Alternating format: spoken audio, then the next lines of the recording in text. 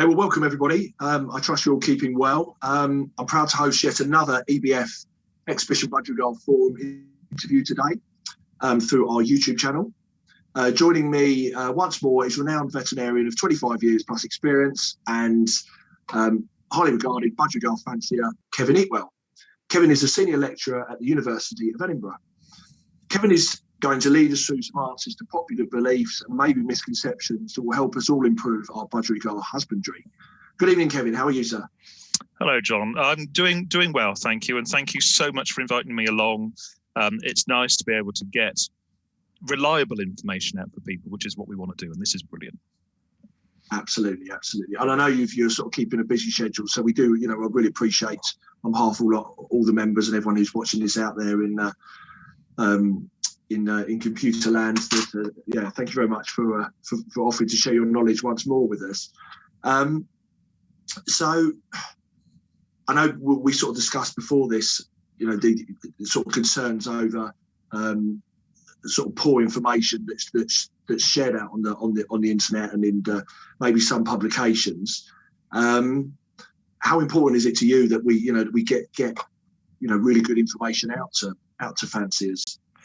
I mean, I think this is the sort of ethos at the minute, isn't it? I mean, everybody is, I guess, entitled to their opinion, and that's certainly is the case. But I guess it's down to the validity of those opinions and how much evidence or knowledge base makes that considered opinion.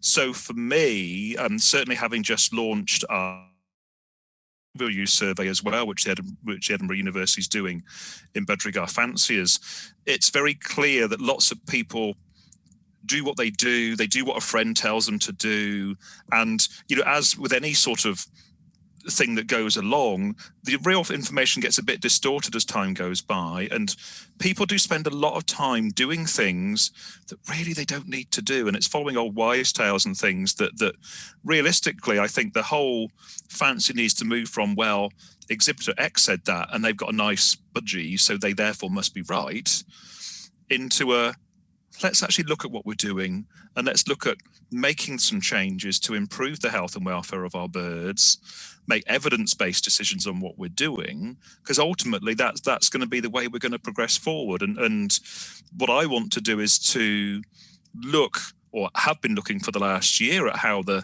fanciers behave, as it were, or the fancy is promoting itself or healthcare or nutrition, whatever you like, and thinking, how can we get reliable information, trustworthy information to people so they can take a positive action for their birds? And that's what tonight's about, really, to some extent as well, John. And I'm very grateful for the opportunity. Thank you. Shall I kick it off with the first question then? Yeah, let's go for it. Let's see what you've got. Let's get stuck in. Okay, so French mold cases, French mold causes, and do you breed with them? That's an interesting one, actually, John. I think that the thing we need to be aware with French molt, every budgie meeting, I mean, obviously everybody gets French molt. Let's be perfectly honest. Everybody has seen it. Everybody says, "Oh, well, I suddenly changed my seed. I opened up a window," and there's always a variety of reasons or justifications for suddenly why it got better or why it got worse, which I guess they genuinely believe. So I guess for me, a lot of these things that you hear at meetings and see in articles and bits and pieces, a lot of it is just irrelevant. We've known for over 40 years that French molt is due to avian polyomavirus. And in fact, it was the first polyomavirus to be identified as causing systemic disease in any animal. So budgies are the first on the page for that one. So we know it's viral. There's some lovely studies looking at how important vertical transmission of this virus is. So transmission via the egg. Okay, in other words, if you take an egg from a bird, does it have the virus in it or not yet? Versus what we call horizontal transmission, which is where the parents shed the virus in the box and infect the chicks that way. And what we've got from some of this really nice work out there is that the horizontal transmission from an infected hen is more of a concern than transmission in the egg. So if she's let's suggest she was a recovered polyomavirus bird and you're thinking, oh, do I breed with her? Don't I breed with her? I guess you've got to select your very best birds as you would do normally.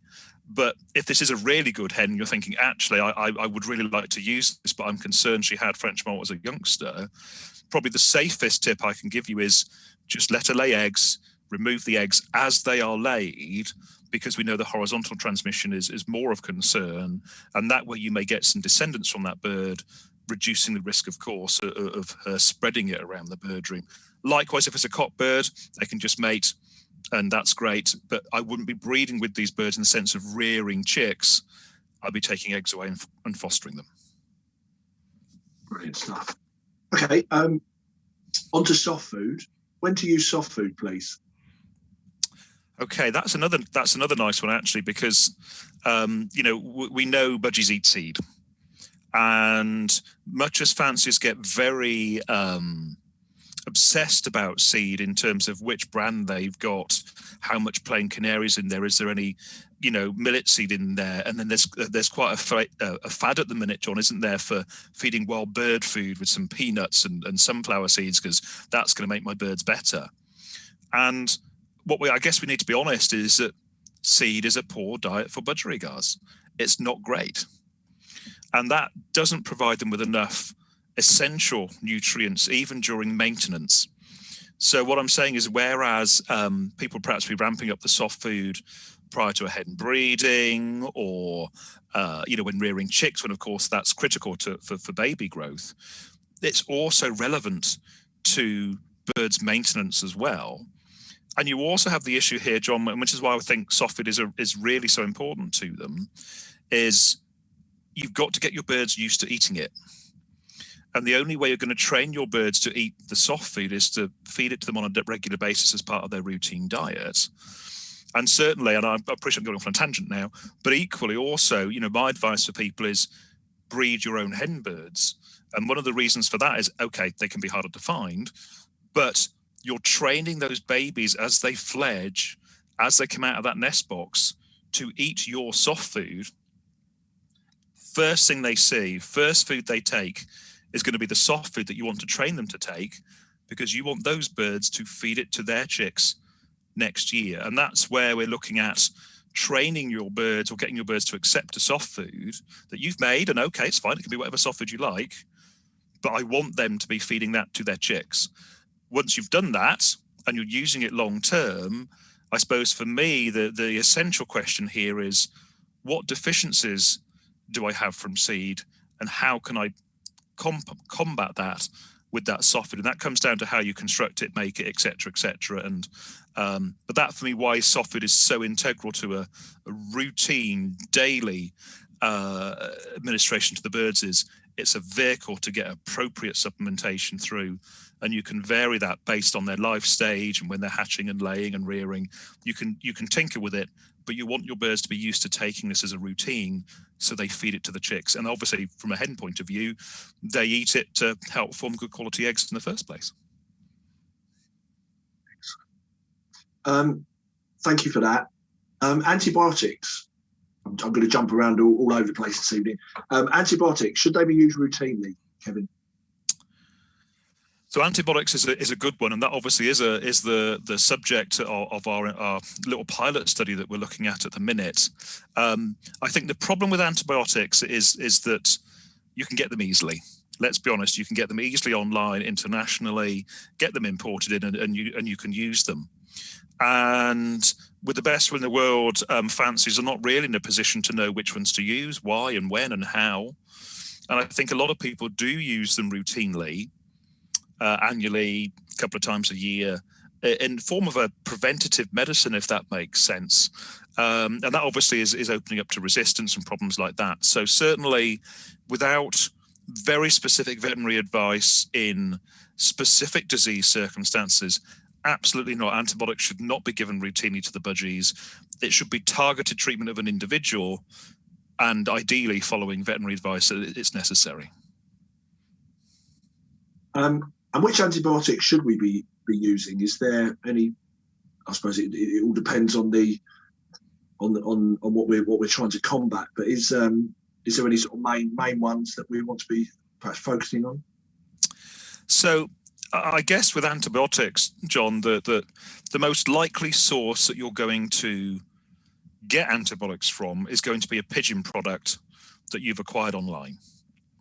And what concerns me, I guess, with people doing that is the dosing that a budgie needs for an antibiotic is different to the dosing that you give to a pigeon, because obviously pigeons and citizens drink different levels, at different sizes, different metabolic rates, all these reasons. And equally, I don't think any pharmacist is in a position to know which antibiotic to use. The only one that I would say is specific would be those specifically for Coccidiosis, which obviously we do have potential issues within birds. And again, this would be under veterinary advice, really. And in those, doxycycline would be the drug of choice there. For generalized enteritis and infections, then you are looking at a more broad spectrum style of antibiotic. And things along the lines of enrofloxacin or amoxicillin are quite commonly used. But again, this is a speak to your vet, work out which one is suitable, and directly dose the individual bird. Does in-water supplementation or medication work? That's another good one. People like things to be easy, don't they, John? Do you know what I mean? Yes. What can you put in water? What's going to help me out here? What can do that easily? And I think the thing is, and this is budgies all over really, and you'll know the same, is that as soon as I put something in the water, the budgie goes, not having that. That tastes a bit funny. It tastes a bit weird. I don't want to drink it. And this is partly why the dosing is so variable between budgies and obviously citizens or passerines. And pigeons and passerines. So the fact they've got the option of saying, I'm not going to drink that today, you know, they're good at withholding water. There's some lovely papers looking at how budgies are so good at water conservation.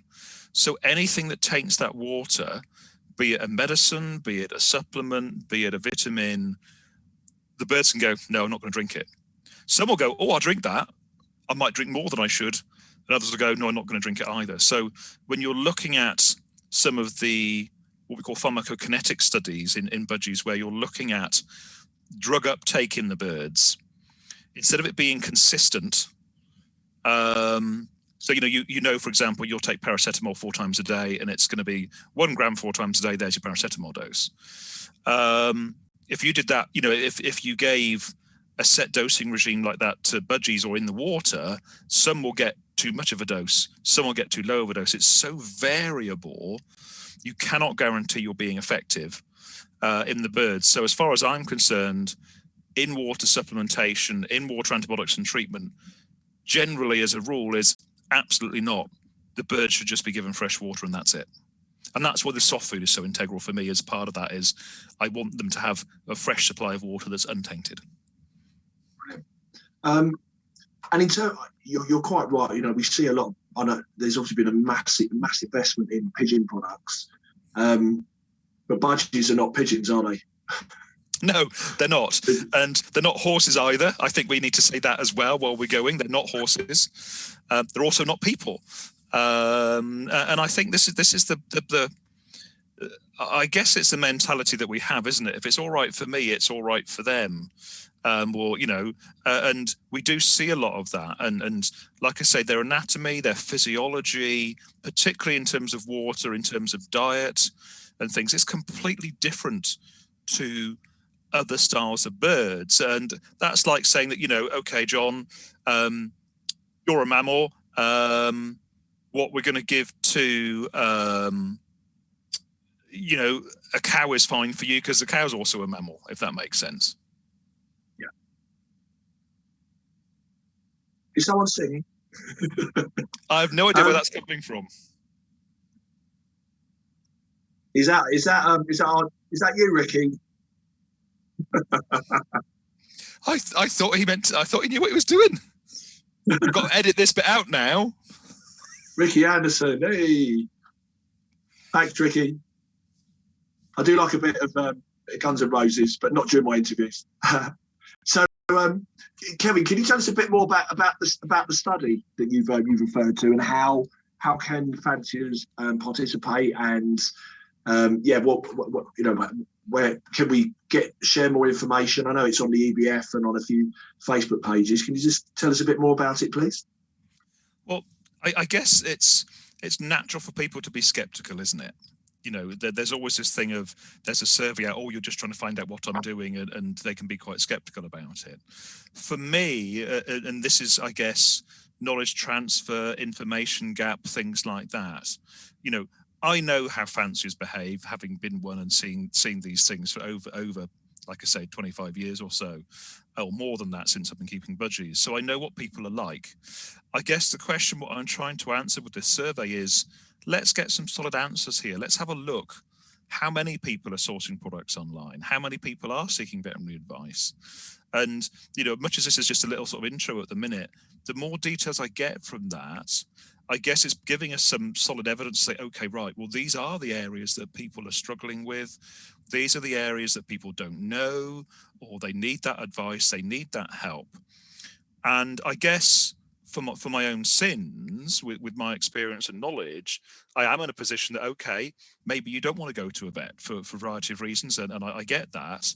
But the fact of the matter is if I know where these problems lie, I can look at trying to redress those with, you know, like information sheets, point them in the right direction, the right products. You know, we can actually start trying to get people to start to improve what they're doing, because there is a lack of information for them to get hold of. And sometimes that is part of the problem as well, is that they can't find the information easily. There's nobody who's interested in my area to help me deal with my birds. Well, if we can provide that, then that obviously is a very out. And if we're able to do that, get better knowledge across, make people do things more sensibly that do have an objective benefit to their birds, then obviously that's a very positive step forward in terms of welfare for people generally, the health of their birds, they're going to breed better, less mortality. You know, the knock-on effect for the fancy as a whole is ginormous if we can bridge this information gap and get a little bit of education there into getting people doing things better, that's you know, spending their time wisely. Absolutely. I know, yeah, you're quite right. I mean, the benefits are huge, and certainly in terms of participation, which is, I think, the next challenge for us all as BS members over the next 3 years, perhaps the next 5 years now, is to really grow this hobby and have, you know, approach it in a different way. And I think that as you say, that the information for newbies particularly is so key, because we just know that disasters just end people's time in the hobby, don't they? And it's as simple as that. And they can undoubtedly be avoided. They absolutely do, John. Those sort of disasters. I mean, I've been, I guess, fortunate enough with my involvement in the last year. I mean, I've probably been yeah, I mean, you decide if it's big-headed or not, but, you know, I've chatted to a lot of people that have had disease problems, that have been struggling on their own, have been suffering from mortality, and at some point they've decided to ask me, and I've gone, right, do this, and this, and I've suddenly solved their problem for them. You know, and, you know, some of these people were absolutely at their wits' end of leaving the fancy, and it's like, if you just asked, but you asked a month or two before you actually asked, we could have saved a lot of your birds. And that is a welfare concern, obviously, for those birds. And I think as the fancy moves forward, you know, we're not the exhibition Budgerigar society. I appreciate we have loads of birds and maybe our sentimental attachment to an individual is less. But if we move forwards and we want to get the people that keep them in the back garden, have their aviaries, breed a few inside the house, their sentimental attachment to the individual bird is far higher than ours, and their expectations of what is acceptable in terms of welfare and husbandry is higher than ours. And certainly on a lot of the groups that I've seen online, where you've got a mixture of exhibition Budgerigar breeders, let's say that, with a few people with a few birds in a garden aviary, or they just like Budgies, they just love them, they're beautiful birds that they love, you can instantly see the conflict when you're looking at people's attitudes to those birds as an individual, where some of the people that we would love to encourage to keep birds, we would love to embrace the hobby and think just how amazing it is to breed them and their beautiful colors and what they do, some of these people are actually horrified by some of the practices that the exhibition breeders do, it's like why would you treat a bird like that? Why would you do that? So I think the fanciers have to progress as well and actually step back and start saying, hang on a minute, we've got to look at projecting the right image, but we've also got to do right by our birds. And I guess for me personally, that is part of the thing I want to do is let's look at improving welfare such that when somebody comes into the fancy from the pet side, from a small collection, they go, oh, this is really nice and exciting, not, oh my God, I can't believe you treat them like that. And, you know, you can draw parallels with any exhibition fancy. I mean, we could look at rabbits, for example, versus the exhibition rabbits versus how massive now the, you know, rescue and pet rabbits are and how they've evolved into that. You know, the way in which people manage those and approach those two different styles, but the same species, is a world apart. And we as the fancy need to embrace those people and actually step up our game to say, yeah, actually, we are going to do right by our birds. We are going to do it properly. We do care for them and change what we do to ensure that we're I guess, matching the welfare standards that those people would like us to do. And I mean, on top of that as well, we've seen, haven't we? I know I've seen some stats that the bird keeping hobby has just exploded, hasn't it, in the last 12 months? Whereas we've kind of stopped as exhibitors. We're all breeding and perhaps enjoying more time with our flocks at home, but the exhibition side's ground to a halt, and regrettably we'll do for much of this year as well. But you know, the pet side has just gone bang, isn't it? You know, I know from the local pet shop that, you know, they can't get hold of birds. They're inundated with requests for them, and so consequently, there's going to be people desperate for information, aren't there? So I think it's now's the time. Absolutely. And people are desperate for information, and you know, and whether we like or dislike social networking being online, that's where people go for that information. That's what they want to get. And they are, sadly, as you know, John, the reliability of online resources is very variable. And I guess what I would love our fancy to be doing is leading in that, such that these people that want information, oh, my budgie's a bit thin, it's a bit sick, what diet should I give it? You know, is it what size cage do I want purchase should I give it? All these questions that a pet owner would ask, or even somebody breeding an aviary would ask, we should be embracing them and helping those people look after those birds better.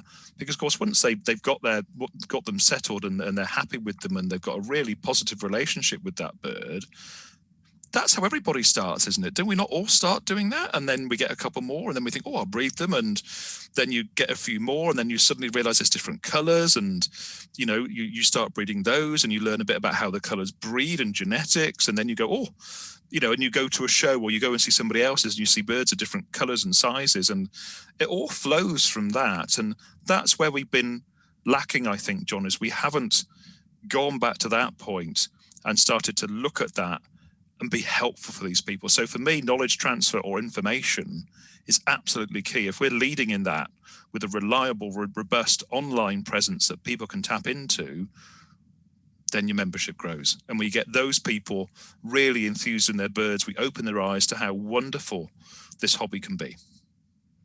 And you're quite right. We all remember that feeling, don't we? Of, you know, the first time you started breeding birds and the bug really gets you, and it's just a great feeling, isn't it? So you're quite right. We've got to nurture that, haven't we, within these new people. So, what's Cocci? Again, changing the subject, please. Okay. Yes. So this is another good myth. Now it's interesting because you said Cocci, which is great. Because I don't think a lot of people know what they actually mean. So Cocci, or Cocci, people, if they're pronouncing it Cocci, that basically is Coccidiosis. Okay, so this is a protozoan parasite, which, although it is a problem in countries where budgies are endemic, so in Australia, for example, in UK budgies, or even in continental Europe, coccidiosis is pretty much non-existent. And there are lots of people who are treating Cocci with coccidiostats almost on a routine basis for a condition that budgies don't actually get. They don't actually get it. And it's that whole placebo effect of, oh, well, they're suddenly better. And it's like, really, are they? Do you sure that was the product you put in? So Cocci is on the one side, but people see it printed, you know, in comments and discussions online, COCCI, but it's either Cocci or it's cocci. And if they're talking about cocci, you're talking about bacteria cocci, i.e., we're now talking about bacterial enteritis or something, which, okay, we do see. You still want to have routine treatment for. So I think a lot of people that are going on and saying, oh, you should treat for cocci, they don't actually know what they're treating for, and they're treating for something, and there's papers out there showing that coccidiosis is not a clinical problem in budgies in the UK, and this is just another complete misinformation, a pointless treatment that people are going through and spending their money on, and all the rest of it. And it's just another total old wives' tale, really, that just doesn't exist in UK budgies. Is it? Do other birds get it? Other forms, other branches of the fancy, such as canaries, do they get cocci? Is that where this has come from, where they're just trying to sell us all the same product? Well, I don't think anybody's trying to sell us the same product, John. I think you've misinterpreted that very slightly, because we buy the products, we choose to buy these products. But if they're marketed, we will. Well, yeah, well, but the thing is they're marketed for, a lot of these are marketed for pigeons, because coccidiosis in pigeons is a problem. You've got atoxoplasma, which is a type of coccidiosis, which is a problem in passerines as well, which is a systemic coccidium parasite. So things like using the toltrazuril for greenfinches and going light and canaries and stuff, absolutely.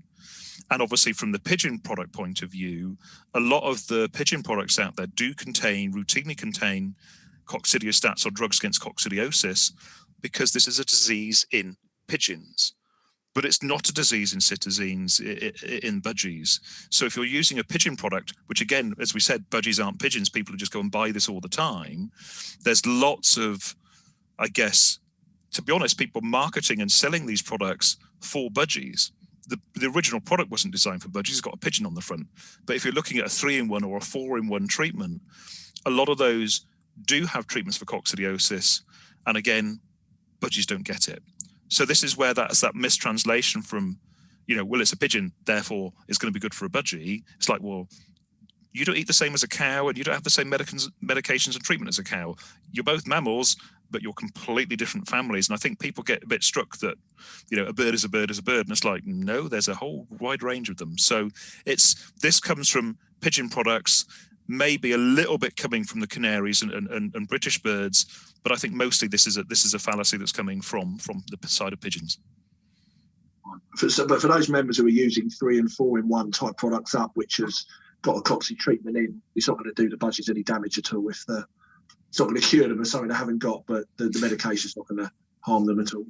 No, I think the main concern I have with the combination products, and this goes back to, again, we'll probably touch on again later tonight, but if you're looking at Trichomonas, for example, which is a very common pigeon problem, we know, for example, that the pigeon dose that you need of ranitazole to treat it, which is in a lot of these combination products, the dose you need in water is completely different to the dose you need for a Budgerigar. So if you're buying a product designed for pigeons that's 3 or 4-in-1, and you dose it following to the instructions on the side of that label, you're giving products to your birds that they don't need, but you're also underdosing them with a product that you perhaps do need, and then you're risking inciting resistance.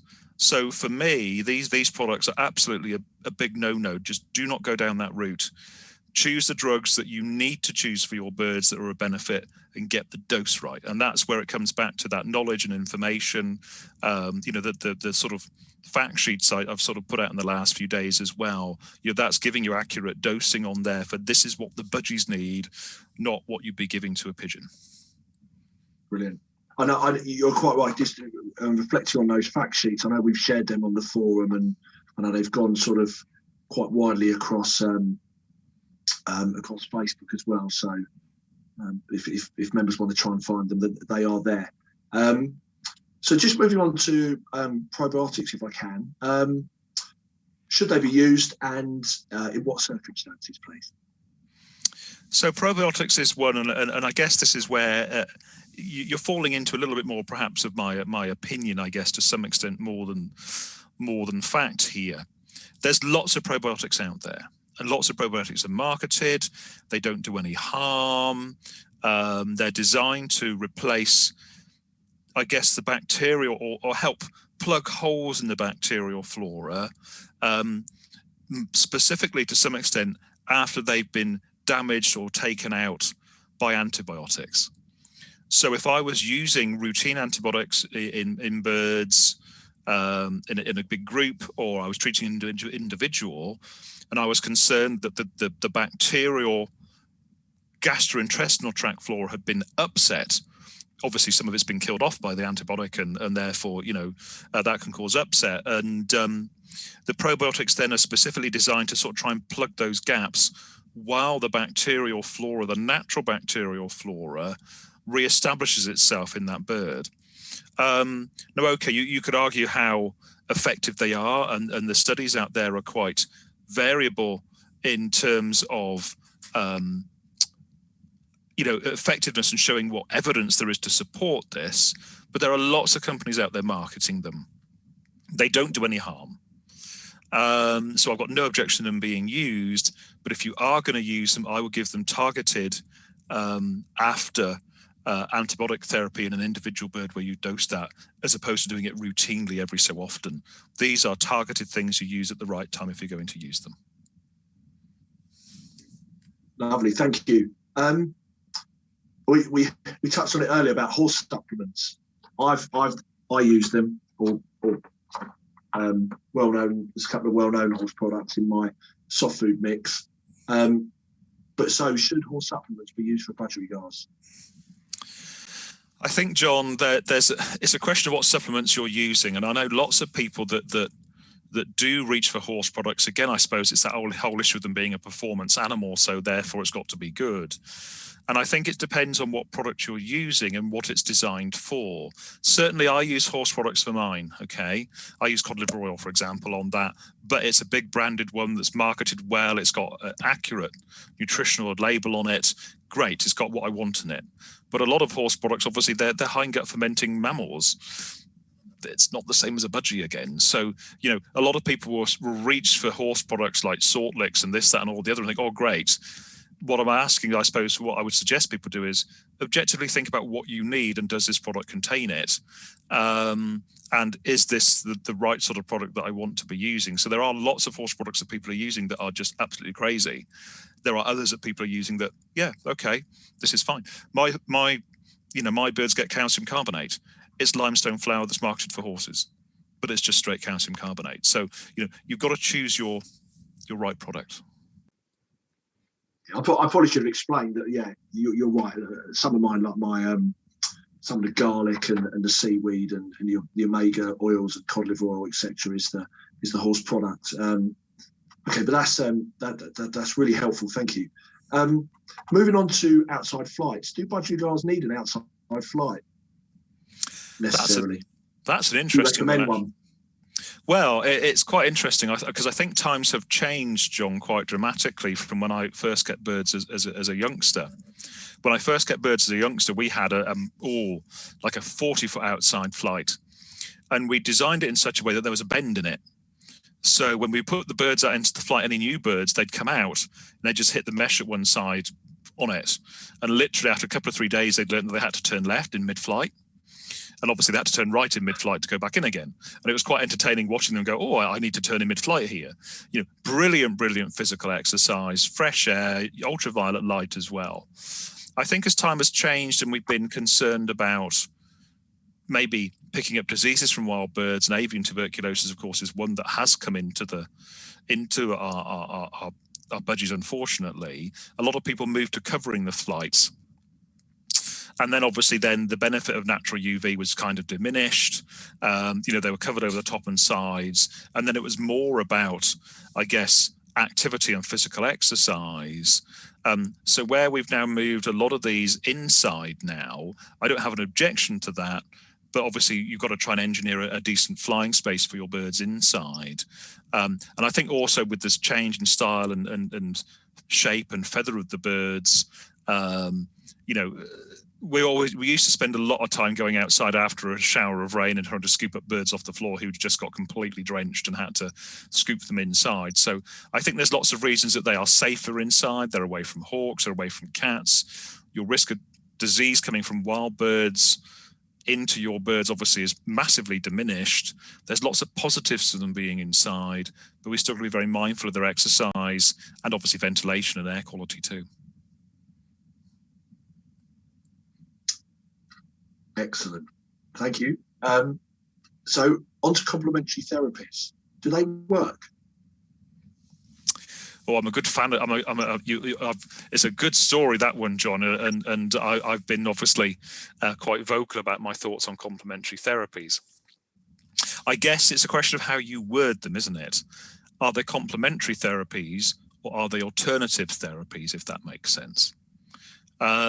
If you're in the camp that these are alternative therapies, I'm going to use this instead of traditional medicine approaches, then I have grave concerns with that, because obviously if we've got products that we know work and are effective, that will save budgie lives and help promote, improve their health and welfare, then to ignore that and choose something else is negligent in my opinion.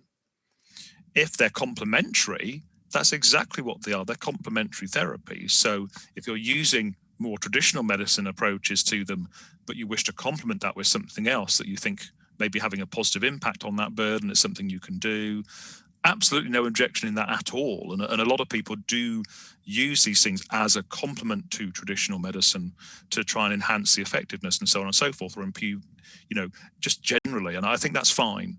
So for me, if they're complementary, great. How much good they do? Okay, there's again very little or no evidence to support that they do help, but there's no harm in doing them. But if you use them to replace traditional medicine approaches and you lose birds as a consequence, that does give me grave concern. Okay, thank you. Can you overshow birds? Do you think? Yes, I think so. And I guess it's a question of, if you're looking at showing, and I appreciate we're not at the minute. Okay, showing online I think is great, because you're not, they're sitting at home. For me, the showing has always been it's been something that we do that's stupid. Let's be brutally honest, John. Showing your birds is stupid. But so is sending your children to nursery. Let's be honest. If you send your children to nursery, they mix in close quarters, in a tight confinement, and anybody who's had children knows you will get every cold and flu and snotty nose that will come back through you because your children have mixed at school or in nursery or wherever they go. And that really applies for mixing of any individuals, and certainly in the current climate with COVID, we know that we all need to be sitting inside and avoiding everybody else because mixing transmits disease. Well, it's the same for the birds. So when you're showing your birds, and again, this is a whole massive can of worms that we're kind of opening here, John, for a variety of reasons. But if you're showing your birds regularly, and those birds are mixing with birds in a show hall, there's infective feather dust, there's maybe fecal material floating around. You're going to pick up new polyomavirus variants, maybe. You're going to get Coccidiosis coming in. Maybe a bird above is going to vomit on the cage below and you get some trichomonas. There's a whole range of diseases that you could be exposing your birds to. Okay, we've chosen to show them. Great, we're doing something stupid, but I know it's stupid. The concern you've got then is if you're showing on a regular basis and the birds are leaving your shed, coming back to your shed, you're in a very, very short space of time, your birds could be exposed to another 50, 100 studs over a couple of shows. And if there's no quarantine or no effective control of disease, if we get something novel coming in and it hits in the show season, you could imagine how quickly that could spread right the way through the fancy. And much as at the minute we have this declaration that we say my birds are free of disease at the time of showing, I've not got into trouble, but you know what I'm like. But it's like, one show I was like, oh, you need to sign this declaration, and I was like, I can't sign it because my birds are diseased. there's 8 endemic diseases and I've got them all. So my birds are diseased. I am showing diseased birds. This is a fake declaration. I think if we accept that we accept that we've got endemic disease, my question then is we should be looking at quarantining those birds before a show and after show, have some governance that we're happy that we're not going to spread disease around. Now, I appreciate that's maybe a very awkward or difficult concept. I guess, John, what brings it more to the fore now for me is the hobby has contracted. We have ginormous numbers of shows that are struggling for support. We've got awards at those shows that are just being gifted away. There's more challenge certificates than exhibitors at many shows. So clearly we have, much as we have this enthusiasm for every little club to have their own little show, we have far too many shows, not enough exhibitors. And so if you're looking at taking the fancy forward and going, okay, is now the time to centralize our shows, get better shows with awards that actually mean something, and avoid competing for the weekends, which they still do, don't they, John? You still get clubs having to jostle weekends so they don't compete with one next door. And it's like, why are you all fighting for an ever decreasing population of people? Let's get good shows spaced apart sensibly with enough time that you could actually then even just do some basic parasite control, between, God forbid, somebody has a bunch of red mites in the cage next to you on the show cage and they just walk into your cage because they can. It's stuff like that I think we as a fans need to sit back and reflect on and say, because wiping the show cage with an F10 wipe or whatever doesn't do anything. Everybody who walks into that show hall will be contaminated with feather dust. You will have citizen beak and feather disease, polyoma, and psittacosis on all of your clothes in that show hall before you go home. And those fancies have probably just been in the bird shed 2 minutes earlier, catching the birds for the show as well, and haven't changed their clothes either. So I think we need to, maybe when the whole show situation is being reviewed by the fancy, the question then is there anything we can put in place here to try and make sure that if a novel agent comes in, we don't spread it around everybody in 2 seconds flat and then have yet another endemic disease to deal with. Sounds good to me. And of course, the showing is stressful, and yes, you can overshow them, but there is some very logic from a disease perspective of let's start making this more sensible versus aside the stress and et cetera, et cetera. So for me, overshowing is a disease risk as well as a welfare risk on the individual birds. Well, I think it's important we consider that as well. And it's, I know we all love the shows, don't we, as exhibitors, but you're quite right. And again, it all comes down to information, doesn't it? If we're thinking that way, then that's, and we still have the shows, at least we've considered this, haven't we? We're not blindly visiting show after show, which is, I think, is important. And I think I'll tell you a little story, John, actually, a true story. When I was just graduated, so that was 25 years ago. This is when the National was still very big, and I was one of the duty vets that used to run the vet bird room where they'd have the National. So that was over a 4-day show, and we used to get loads and loads of canaries coming in that were obviously being passerines. Their water intake is far higher than the Budgies, etc., etc. We used to get loads coming in that were dehydrated and collapsing and falling on the floor. Quite a major issue. And I remember I had 4 veterinary students with me that were due to graduate and said, right, here we have a bunch of canaries here. They're starting to dehydrate. They've been in the show for 4 days. And I did what was the best magic trick in the world. And I took the little glass water container that was outside of the cage where the bird had to poke its little head through to get it. I put it in the cage on the floor, and the unflighted canaries went, oh my God, there's water, and just drunk and drunk and drunk and drunk. Because the owner, much as they had been trained to sit in a show cage and go, oh, look at me, I'm really nice, I'm going to win the class, they'd never thought to train the birds to drink in the show cage to know where the water was. And these baby birds didn't have a clue. So they just sat there and dehydrated. As soon as you put the water in front of them, they're like, oh my God. So my question for you, John, is how many people train their birds to drink out of the water drinkers in a show cage? Well, yeah. There's so a question. it's Not that many, sort of, yeah. no, but it's that sort of thing from a welfare point of view. Is that bird needs to know where the seed and water is in that cage. If we're going to look at and take it as a positive thing, that bird needs to be happy and confident enough to eat and drink in that cage. Otherwise, it's pointless. We train them to sit on the perch, but we never train them to eat and drink in that. So for me, that's why I've never shown at the BS show. It's too long.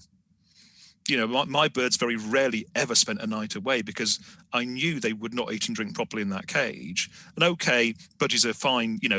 We know they're good at water conservation, but there's no reason for us to test them on a regular basis. Let them have water. So for me, length of show is also a problem as well. A day I think is more than adequate. But like I say, with these poor little canaries, you could just see it, and it's like, just teach them where the water is before you put them in a 4-day show.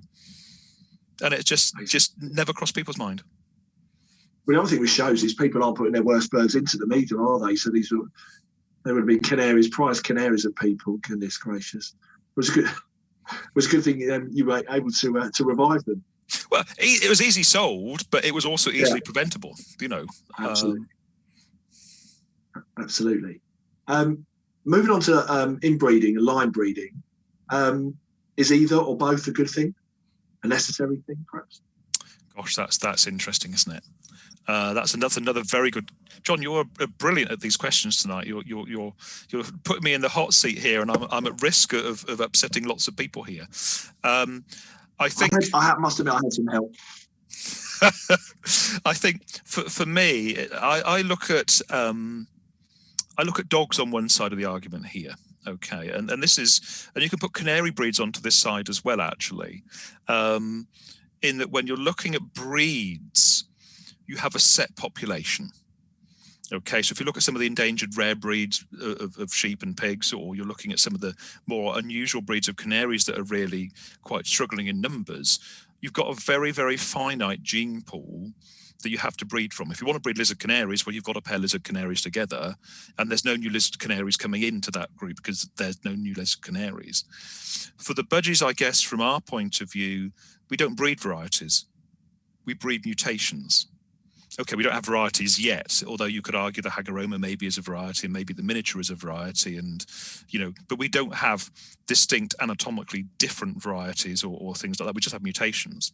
So our need to inbreed is much less because any budgie can breed with any budgie. It doesn't matter. That's great. So, but there obviously is going to be an element of selective breeding because you want to improve your quality.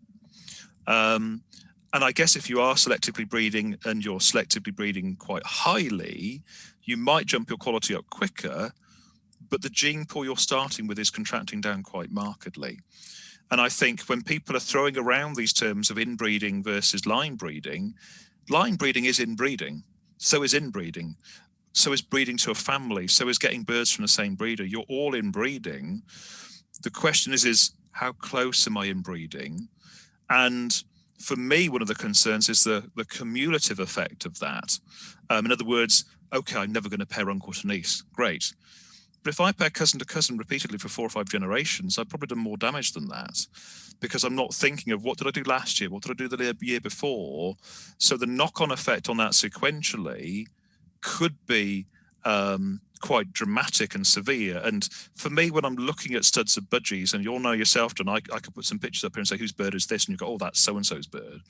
If they've stamped a characteristic so firmly on those birds that you can spot whose bird it is from a distance, those birds are inbred because that's the only way they'd all look the same. And maybe we've got to be a little bit more flexible and think, okay, what is the long-term damaging effects of inbreeding that we've got? And that in combination with the style and shape and change of budgies and feather and everything else, look at fertility now and okay, I say fertility, I don't mean fertility, if that makes sense. I think we're not struggling with fertility per se at the minute. I think we're struggling with the bird's capacity to mate successfully, which is different to fertility, if that makes sense. But I think we've got to be very mindful of this long term and look at these things in a bit more balanced sort of way, because I worry we're going to go too far. And if you look at the dog breeds, for example, and start looking at all of the problems they've got in with conformation and anatomy, some of those are having to be forced to step backwards. Some of those breeds have massive welfare concerns. Which obviously the veterinary profession now is up in arms about, saying, will you just stop breeding these things, please? And I think we've just got to be very mindful of getting the imbalance for the budgies as well. And I'd encourage people to try and keep a diverse population as you can do, give every bird a chance to breed, to try and reduce the risk of getting too close sequentially year on year in your birds. And as well, John, there are people that had some very good birds, lovely studs, and the whole thing just collapsed and they disappeared. And, I wouldn't want that to happen to anybody. If you love your birds, let's keep them breeding, but you've got to keep working on getting new stock in to keep them fresh. That's great. I mean, I must admit, that's a particular, when you talk about the fertility in birds, I mean, I know the birds have got bigger and as you progress through the hobby, they are harder to breed, whether it's fertility or more likely, as you've suggested, the feather and their capacity to mate correctly. But I must say, I do hanker for the days from the late 80s when I really got into the birds with my mum, and you pair up 8 pairs and you'd have loads of budgies after a couple of rounds. Now it's a hard chore, isn't it? And you do 1s and 2s in nests, and you get the odd one with 4 or 5, or if you're very lucky, 6, and it's hard graft, isn't it? And I'm personally convinced a lot of that is down to inbreeding and with longevity of budgies as well. Yes, the life of a budgie. If I sell a surplus one as a pet, someone will often say to me, "How long is this budgie going to live?" My last one lived for 13 years, and I have to say, it's 3 to 5, isn't it? If hopefully, you can't promise anything. So. In an individual pet situation, the husbandry is different, John, and the care is different. Sure. So that does expand the lifespan there a little bit. But no, I'm with you, and I think this is where we've got to look at embracing different aspects of the hobby. Where people are like, "Oh, you've got to have grey greens. We're the big best buff grey greens in the world," and it's like they're just dull. And most of the people coming into this hobby, they're not drawn into this hobby by the big buff feather grey greens. They're drawn into the beautiful bright colours that are beautiful. That gets them in. So for me, the rare varieties or the specialist varieties, that's what gets people into them. They see a Lutino and like, oh my God, what a colour, or a golden faced violet pied, and think, what a beautiful colour combination. That's what gets them started. Not the fact they've got grey greens. And conversely as well with the Budgerigars of colour. I mean, they're so vibrant, so easy to breed. Apparently, they can be vicious buggers with their offspring as well when they choose. They take a dislike to them, so I'm told. But as much as perhaps real hardcore exhibition Budgerigar breeders are concerned, they're a no. But are they? Is that where we should be pushing new people into the hobby, just because they're so easy to breed? And it's just a pleasure, isn't it? When you have 2 rounds and you get 12 babies, So. I think that the more seasoned exhibition breeders, I think they forget the simple joy of breeding birds. The pleasure of seeing them rear. You pair up 2 birds and a different colour comes out that you weren't expecting, like, oh my God, what is that? That sort of novelty, that sort of stimulus. We lose that. That's, I think we should be looking at encouraging people to do that. I appreciate people want to have massive success and so they have big show birds, but they are so much more difficult to manage and they can be quite disappointing. And again, as we said, John, people leave the fancy. 2 bad seasons breeding exhibition birds and you're out. You're gone, aren't you? Unless you've got a lot of money to spend, which unfortunately all of us have. So just moving to disinfection. What disinfection is best to use and why, please? So disinfection I guess for me there's 2 or 3 aspects to this. The first one is most of the disinfectants out there are inactivated by organic material. So what you need to do first is to get your washing up liquid, get your detergents, clean everything spotless. Then for your disinfectant, there's, I guess, two aspects here. One of them is you need to have it at the right concentration. And that concentration is going to vary depending on what you're trying to kill off. And obviously the type of product you're using is going to vary depending on what you're trying to kill off. And then you also have contact time.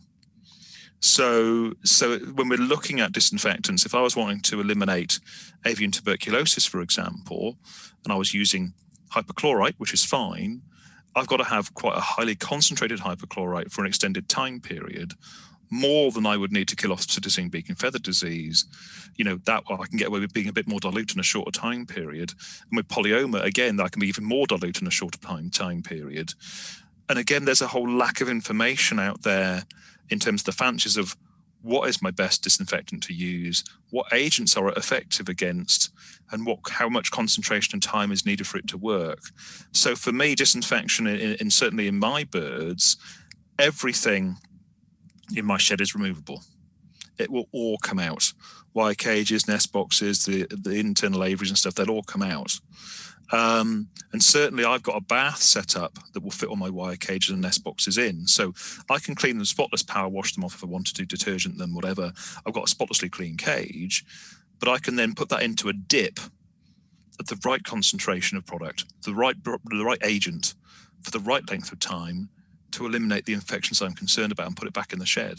If you've got a setup with wooden cages and bits and pieces, you're resorting to spraying something on the surface and hoping you're going to clean it.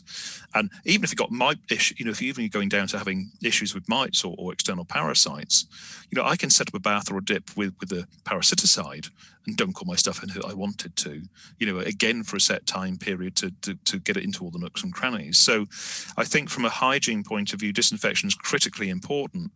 But maybe we need to look at how we approach that as well. And maybe that's another fact sheet I should do, is to go through and say, right, this is actually your best protocol for disinfection, because I think a lot of people just start squirting stuff around the shed, and because it's got a picture of a bird on the front, they think it's going to be effective. And the other thing you've got with disinfections, John, is and this again is another critical point, some disinfectants are incredibly effective against these agents, but they're quite nasty from a point of view of exposure to you or a point of view of exposure to the birds as well. So there is a balancing act here between, a certain product that I perhaps would take a cage out and put in a dip for example, when there's no birds exposed to it and it's going to be rinsed off afterwards. That's different to a product I'd want to be using and spraying around the bird room when the birds are in the bird room. You're right. You do need to do another fact sheet, please. I'll put it on my list. That's amazing. Yeah, add it to the list. I know you've got loads of time on your hands. How do you treat feather cysts, please? Okay, so this is another sort of thing, isn't it? And the feather cysts, tailless wonders, things like that, they're obviously quite a topical thing as well. I think a lot of these that we see in terms of the cysts and feather changes on our birds, to some extent, are due to the feather design that we have engineered through selective breeding. And I think when we're looking at it, I've certainly seen some local clubs and bits and pieces on Facebook where people go, oh, this is what you do with a feather cyst. They're sort of verging on acts of veterinary surgery. And again, this obviously is a concern for the welfare of the birds, where they're looking at trying to chop out or squeeze a cyst or do this or the other. And I think that is quite difficult. So for me, the best advice is, if you've got a cyst, is this actually is something that a vet should see.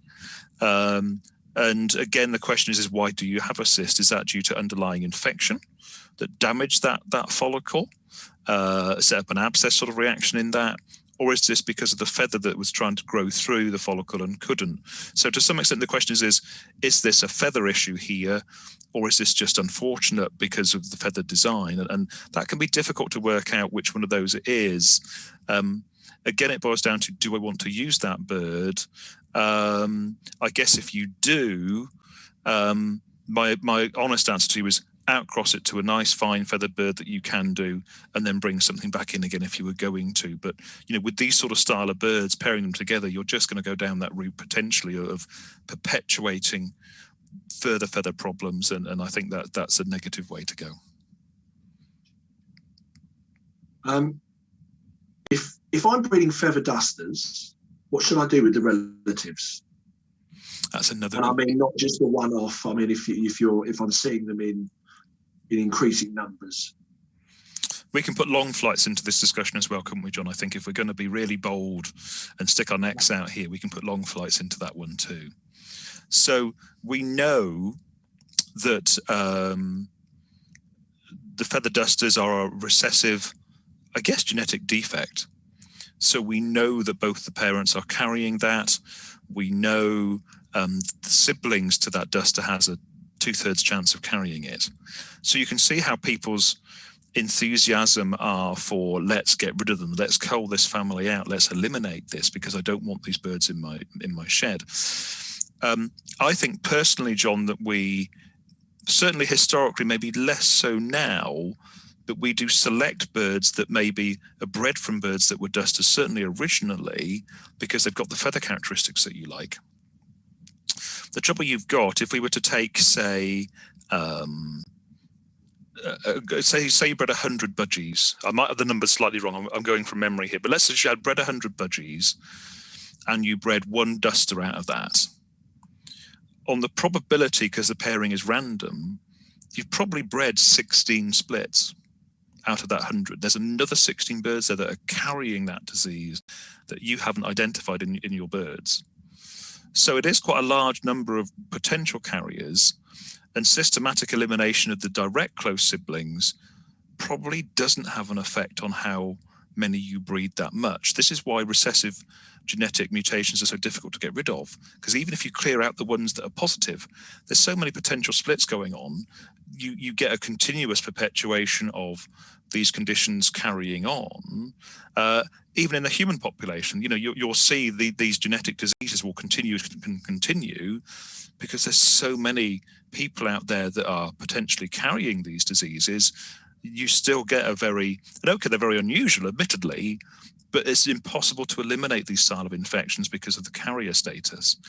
If it was a dominant mutation that was a problem, let's suggest you were breeding dominant pieds and you didn't like dominant pieds, just remove the dominant pieds. You'll never breed them again.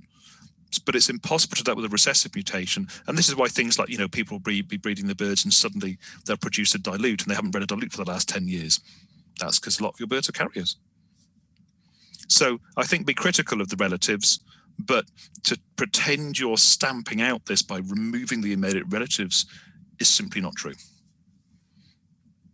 Brilliant. Okay, outcross them to another new family and hope that family doesn't have so much feather duster gene in it. Lovely, thank you. So I know we've sort of touched on fertility. Why is it a problem in many birds? Is it with budgies? Is it the feathers, or do you think we are actually seeing a lack of a fertility drop?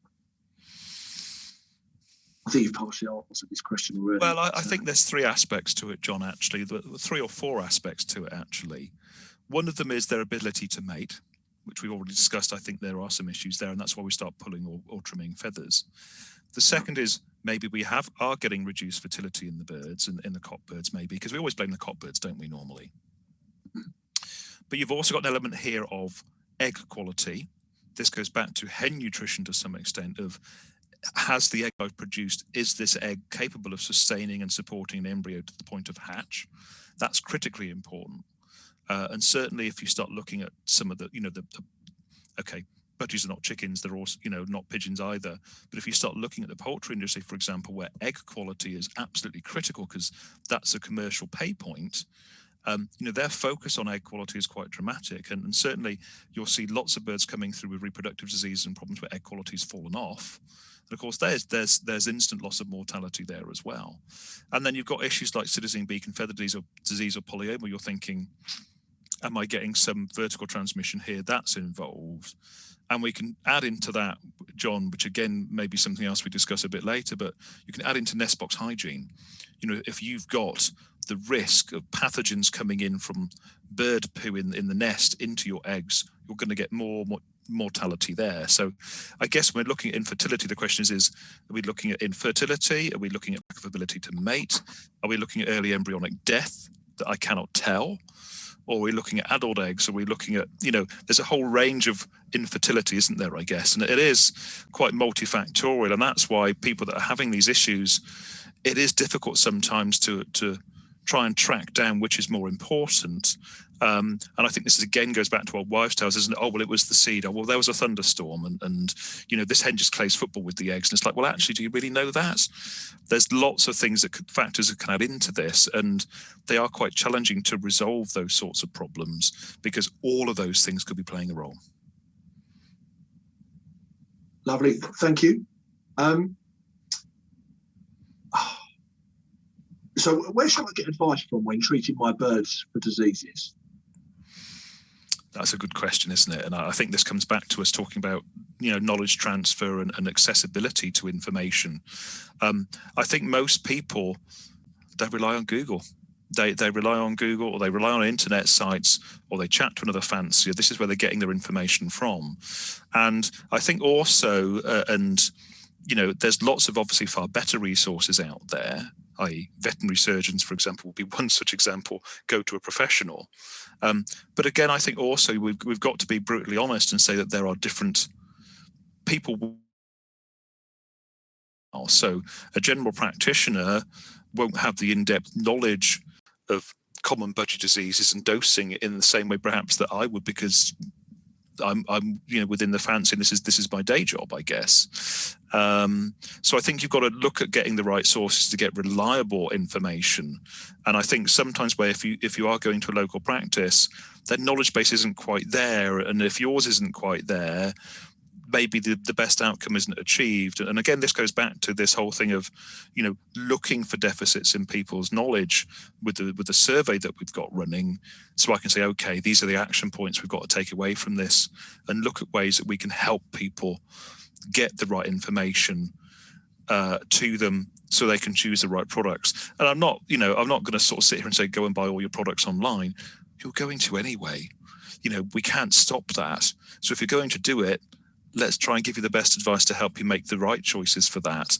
And that's partly what I would really love to bring to people more and more, is to make better decisions for their birds. Even if they're going to go off and do it themselves, let's try and do what we can to help you. And I suppose it's trusted advice as well. So as we've discussed earlier, you'll have people trying to be helpful on pet websites and exhibition websites, but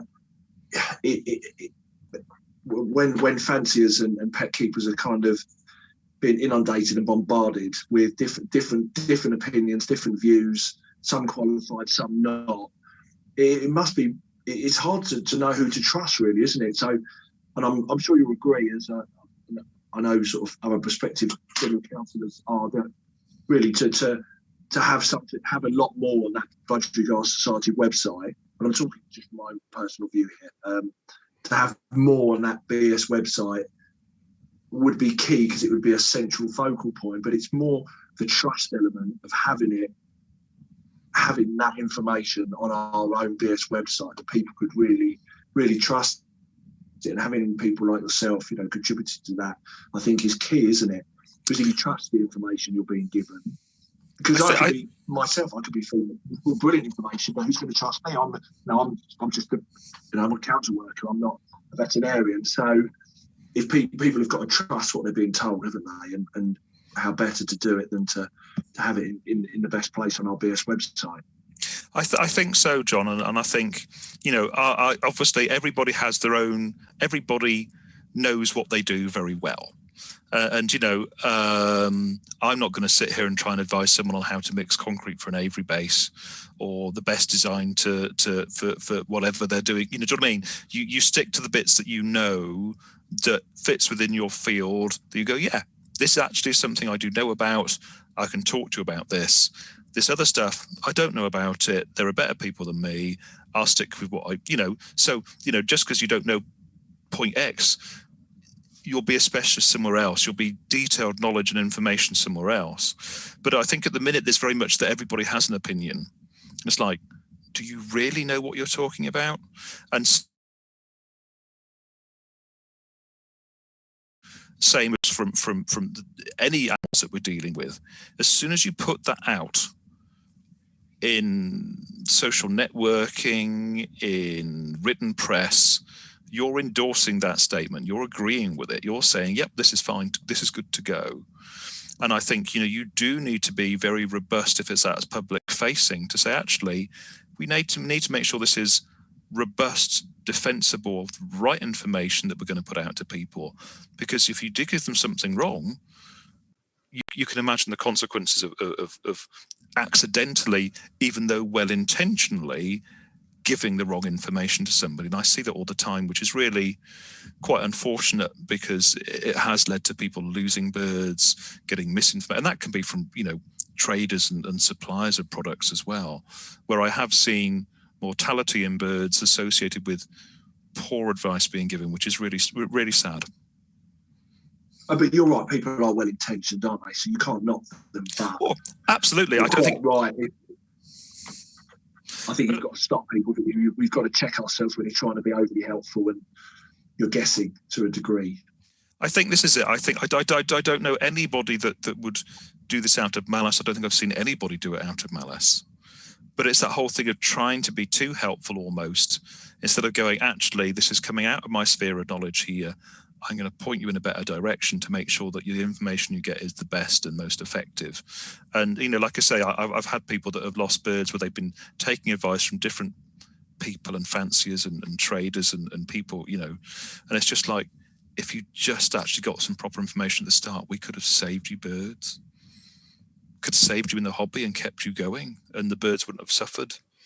And you get these stories, John. I'm sure you will every year. There's always, I lost 50 birds, I've lost 60 birds, I lost 2/3 of my stud. And it's like, at what point did you think you should do something about that then? And that's what's really sad. And this is where, much as I want the fancy to the society, the fancy to change, the fanciers also need to change, and I want to help them do that. Brilliant. So, moving on, do my birds need vitamin C? Great one. That's another good one, because certainly that's a very, very common thing that you'll see touted again from people saying, "Oh, give this so they get vitamin C." And the fact of the matter is vitamin C is only an essential vitamin to those species that cannot make it. And the species that cannot make it are quite limited in number. One family that cannot make vitamin C are the simians, primates, some rodents such as guinea pigs, and obviously there are some certain passerines that can't make it either. Beyond that, every other species can make its own vitamin C. They don't need it at all, full stop. It's completely superfluous. So to try and give them a specific vitamin C supplement is like, why are you doing that? Because they can make it themselves. It's just that we can't. But it's that same assumption that I need vitamin C, therefore my birds need vitamin C. But it's like, they can make it themselves. Just leave them to it, because they have the right enzymes. We're the ones that lack it. Excellent. Okay, lovely. Thank you. How do I find a vet who can help me?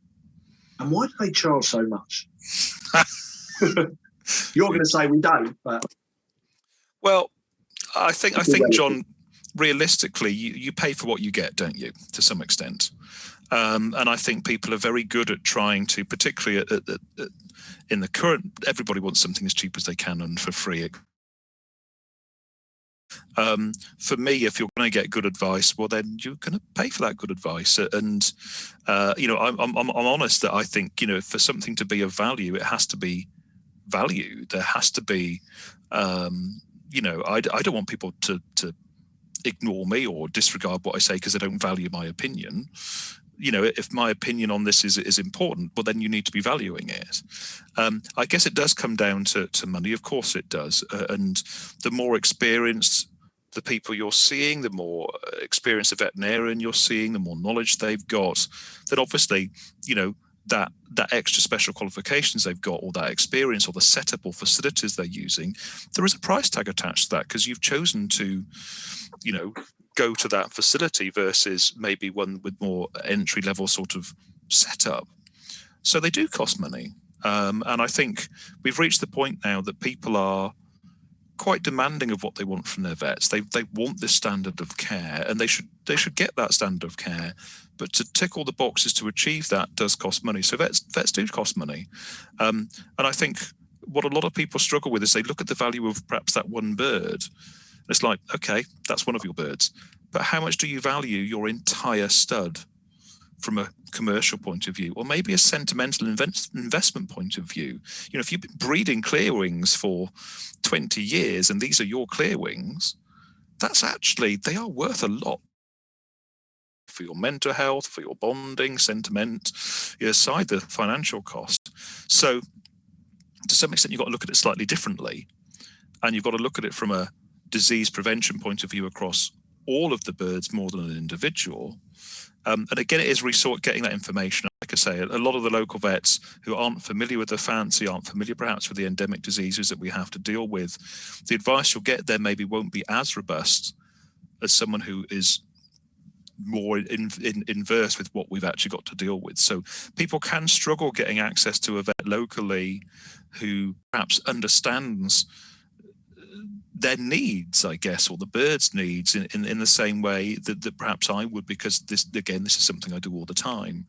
So there is an element there of not only knowledge, lack of knowledge from fanciers, but also maybe lack of access that they feel is economically acceptable to them to get that information. And it's a balancing act between those two. And that's where really I think we've got an opportunity here to help these guys, if that's the way the fancy decides they want to go in terms of getting this information to help people. And I guess they've also got to be receptive to that as well. And there is some stubbornness in people out there that would make it difficult to get them to change how they do things. Yeah, I know those people. And just with vet, I suppose a lot of people are very reactive when they're whatever their chosen pet. They will wait until it becomes ill before they seek a vet. Do you always advise perhaps getting on the books, much like we do with a doctor, being on someone's books, and so that if your prized budgerigar does become ill, you can where you're going, who you want to see. Is that a sensible move, do you think? Absolutely, John. And I think it depends on the person the vet you're dealing with. So a lot of the small animal vets are used to dealing with an individual patient. That patient comes to see them, they treat that patient, off they go again. Now, okay, with COVID, some of the positive things come out has been obviously the increase in use of telemedicine and telephone triage, where a lot of vets are going, actually, I don't need to see you on site, but I can sort stuff out you with a nice video and stuff like that. But of course, when we're dealing with larger numbers of animals, for me, a Budgerigar fancy really is someone who keeps livestock. You're getting close to a spore holder sort of style approach. Someone who's got 50 bantams sitting at home, or a small collection of sheep. Do you know what I mean? It's like you're not going to expect them to bring them in all the time, but they then have to have a little bit more knowledge about, again, back to the diseases that we see. And the only way you're going to build that rapport with that vet, they have the confidence that, okay, if I was to send you home with some stuff, I know you're going to do it properly and appropriately and all the rest of it. The only way you're going to get that relationship built is by starting to build it, versus just racking up and saying, I want this product, please, and just send me home with loads of it. They're going to go, well, hang on a minute, I don't even know who you are. So there is a very sound logic in building that rapport in the first place. There's a mutual exchange of information there to get your local vet practice, I guess, a little bit more up to speed and a bit more sympathetic, such that you've got access to somebody that can really help you. And that's something you have to build over time. That doesn't happen when you suddenly start demanding, because my birds are dying. It's like, you should have thought about this beforehand. Okay, thank you. Which seed is best for my Budgerigars, please? We love seed, don't we? Everybody goes on about seed and how I've had seed from X, seed from Y, and this seed was bad and this seed was good, and now I'm feeding peanuts and small sunflower. Budgies are granivores. They eat seed. It's the bulk of their diet. We know that. But nutritionally, a lot of the seed that we feed is actually very, very similar. So, okay, we've got to think about storage. We've got to think about contamination and so on and so forth. But seed manufacturer A versus seed manufacturer B, they're pretty much the same. Your seed mixes that we're feeding and again, John, you'll know with your own birds, is birds will get fixated on certain seed types.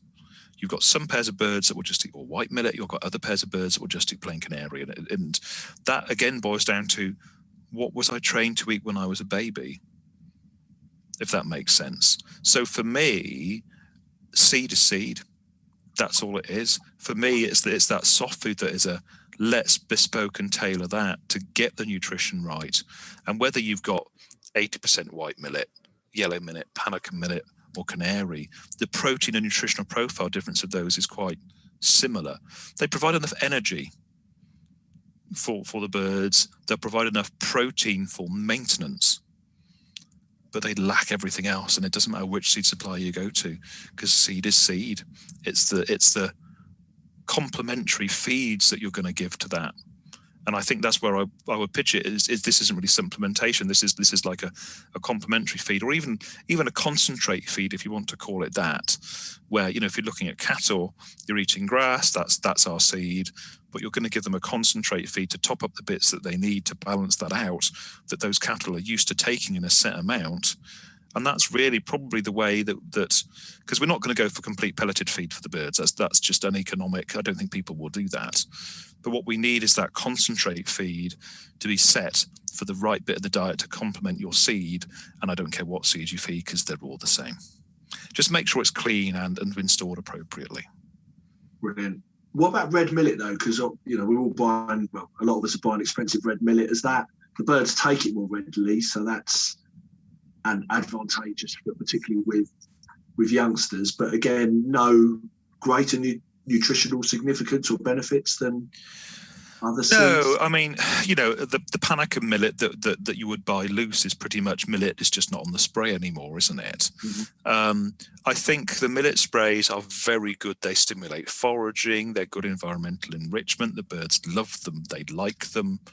From a nutritional point of view, I don't think they're that different to seed. But I do think they're very positive in terms of birds' welfare, because they do go for them. But again, it's just millet that you're feeding. So yeah, absolutely, I would encourage people to do it, because I think it's brilliant. The birds absolutely adore it. But I don't think it's going to have a nutritional impact. For me, it's more a welfare, encouraging feeding aspect, and certainly for the babies and nest boxes of people that put the sprays in the boxes, or recent fledglings. Clearly, it's a foraging stimulation, natural behavior for them to do that, which is more stimulating than seed in a bowl. But I think we've just got to be accepting that, this is more enrichment here, more than suddenly a massive nutritional boost. Excellent.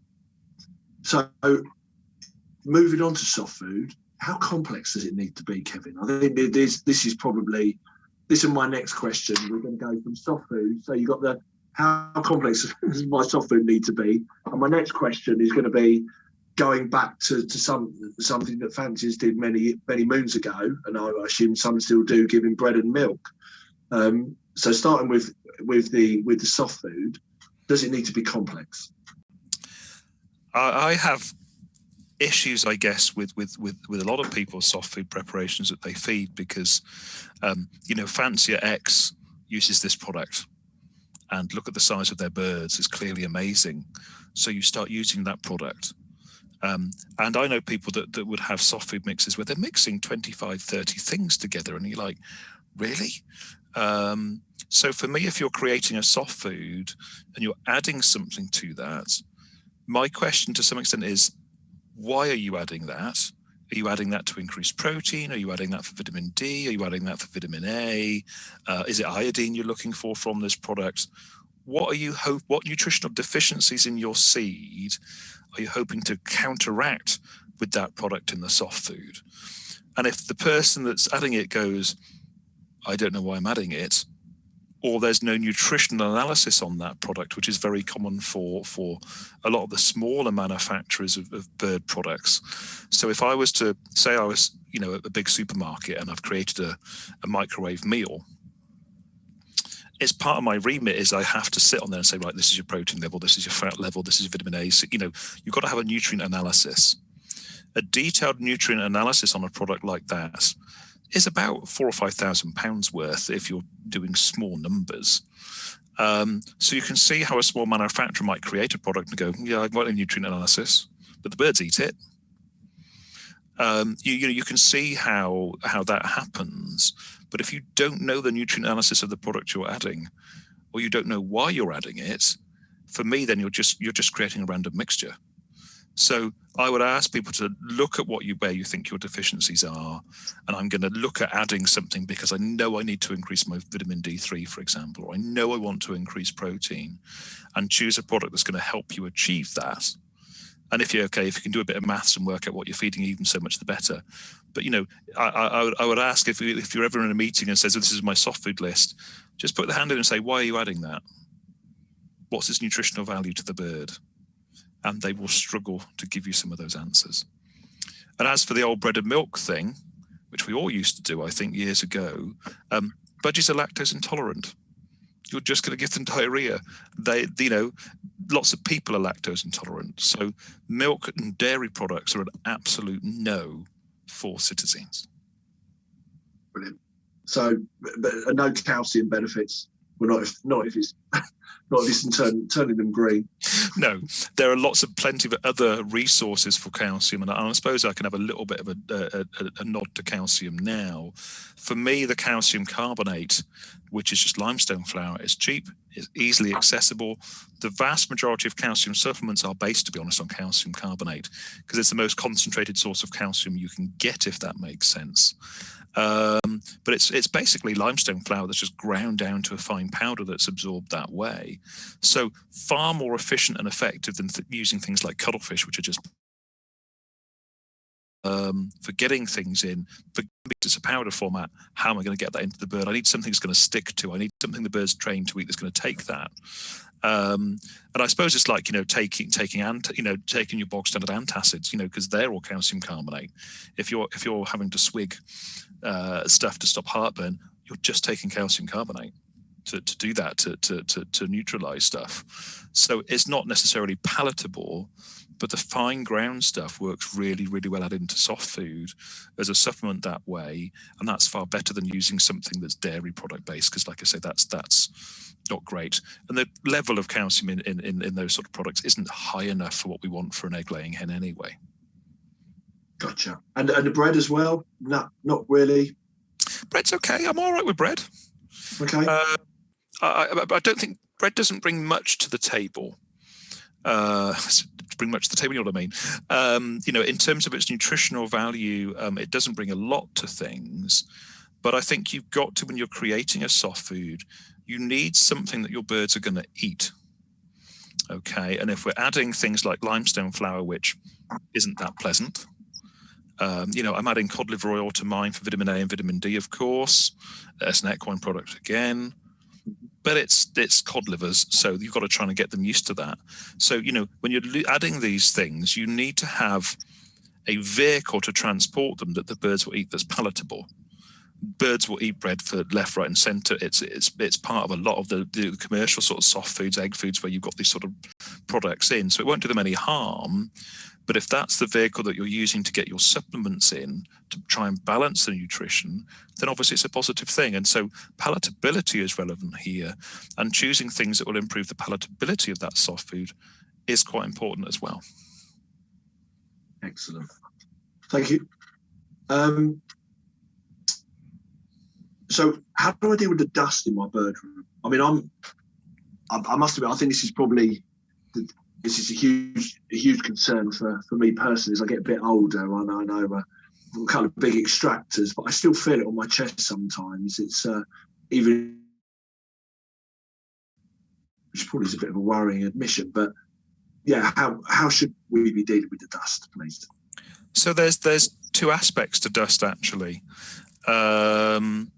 I think for the one, good airflow is needed. You want good ventilation through these to draw out as much dust as you can. For me, the other aspect to dust is twofold as well. One is it's infectious. Okay, so this is polyomavirus in this dust. This is psittacosis in this dust. This is PBFD in this dust. And the second thing you've got is obviously it also causes allergies as well. It's bird fancier's lung. It's going to cause that sort of coughing sort of response in people as well. So you've got those two aspects as well as just the physicality of the dust. You've got, not great for anybody's lungs either. One of the great things you can do, and I'm going to now break my own rules here, is if you want to reduce dust, particularly when you're cleaning or moving nest boxes or doing stuff, dampen it down. You know, if you're going to dampen down your dust in your bird shed, it's going to sit and hit the floor. Okay, so you're going to clean out your trays, for example, or you're changing your nest boxes over. If you dampen that down, you're not going to aerosolize that. That's not going to be up in the air, which obviously is risking increased transmission. You're also inhaling it, but you're going to dampen it down to the floor, and that then reduces the spread of diseases. So for me, this is the one thing where I would break my rule, and I would use something that we know is safe around the birds, something like F10, for example, where I can mist that. We recommend this for the pet owners as well. You can mist your base of your cage before you're about to clean it out, so the dust stays on the base. F10 will kill off PBFD and polyoma anyway, so while you're there, you may as well try and reduce the infection load in that dust. But then when you pull that tray out, you're not billowing up this dust to spread it around the shed, and you're not inhaling it, and then you can just clean it that way. So I would encourage people to dampen down bottoms of aviaries, cages, nest boxes before you're going to clean and change them, because that dust then is just trapped in that liquid at floor level. So when you're cleaning it, you're not creating in large blooms of dust around the shed. And that to me is a very positive way to help try and deal with this, along with general extraction. Because, you know, like I say, on the day that you're cleaning out the aviaries on the weekend, it's just a nightmare. Dampen it down, less dust, you won't inhale it, easy to clean out.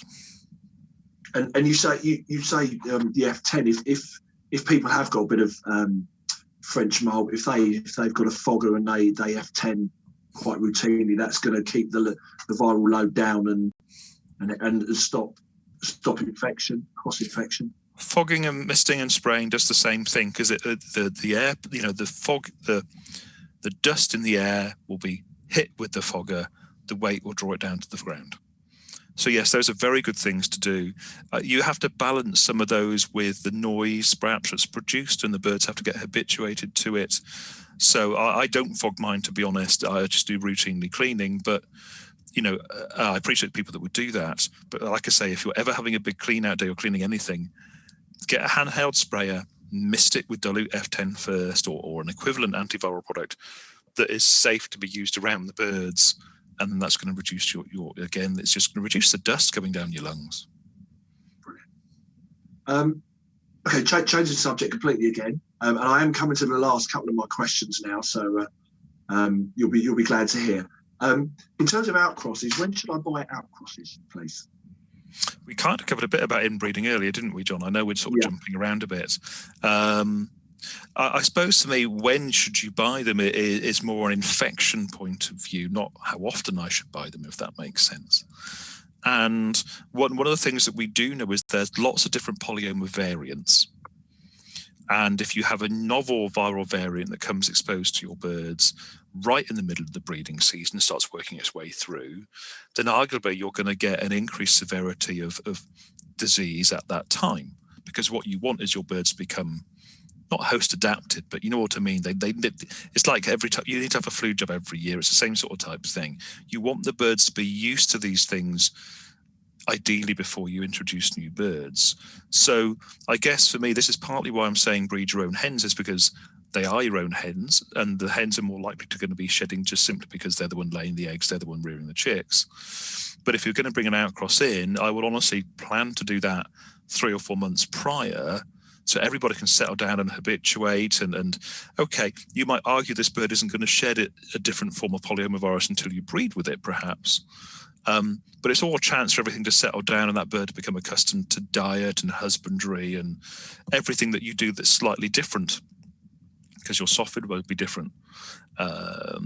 Get those birds settled into the way of life of how it works in your shed before you start trying to pair them up. And that's probably the better way of doing that. But obviously you've got to quarantine them before you introduce them to the whole thing again. And that's a whole different discussion for another day, I guess. Absolutely. And final question for this evening. should I be routinely doing post-mortem examinations? Yes. I think that's a very easy answer to that. I think people are scared, John, because if they don't look, they don't know. And you know, as far as I'm, you know, and I'm open, there are 8 endemic diseases in Budgies. Everybody has them, but there will always be a percentage of people say, "Oh, I haven't got them." It's like, have you ever looked? So you don't know. If we actually were more open about them, and yeah, let's have a look. Yeah, I've got them. Great. You have the same range of endemic diseases as I have. Lovely. Then if I got a bird from you, it doesn't matter because you've got the same range of endemic diseases as me. It doesn't actually matter. If you've got a different range of diseases to me, then that is of concern. Both ways, really. So to some extent, there is an element here of, let's look at what diseases you've got. Let's look at the impact they're having on your birds and work out, you know, if you're going to make a change, John, let's suggest, you want to make the most impactful change that you can first. Say dead in shell or infertility, let's use that as a problem, okay? Pick on something big first that's going to have the biggest impact, because that might then make that problem so insignificant you go, oh, that's all right now. Maybe it doesn't. Maybe you need to do a second change. But to spend your time trying to treat or do things that are having minimal impact on the breeding, fertility, morbidity, mortality of your birds is crazy. So the only way you're going to work out what you've got and maybe the significance of each of them is, let's pick on the big players here. Let's deal with the ones we can deal with first to maximize the impact so we're getting the most benefit for our efforts. And the only way you're going to know what you've got is to PM, I guess, and have a look and see. And that's a range of age of birds as well. And this is a preventative medicine step for the collection. I don't care about why that bird died. I care about what diseases you might have had to spread to everybody else. Super. Right, Kevin, thank you very much. That's been another amazing presentation by you. Thank you for answering all those questions. Yeah, I think the last thing that remains to be said is I wish you good luck with the General Council elections in the next couple of weeks. Personally, I think you'd be the most brilliant addition to the General Council. So I've got my fingers crossed for you, and yeah, good luck with that, and stay safe and well, and yeah, enjoy the rest of your breeding season. Okay, so on behalf of everyone at the EBF, thank you very much. Thank you very much, John. That's very, very kind words.